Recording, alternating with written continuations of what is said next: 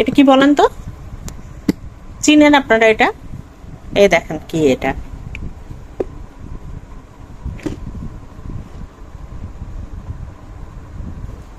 বলেন দেখি কি এটা। যারা পারেন তারা তো পারেন, আর যারা পারেন না তাদের জন্য বলছি। এটা তিলের খাজা, কুষ্টিয়া থেকে এনেছি। কুষ্টিয়ার তিলের খাজা, আপনারা তো জানেন আমার বাড়ি কুষ্টিয়া।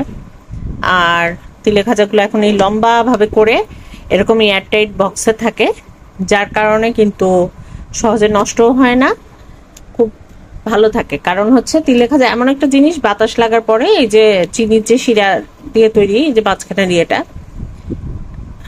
ওইটা একদম জমে যায়, তখন আর কোনোভাবে খাওয়ার মতো থাকে না, মানে স্বাদ লাগে না। তিলে ভাজার আসল স্বাদটা যেটা, সেটা নষ্ট হয়ে যায়। এই জন্য এয়ারটাইট বক্সে এরকম করে প্যাক করাগুলা নিলে আপনারা খুব আরামে এগুলা অনেক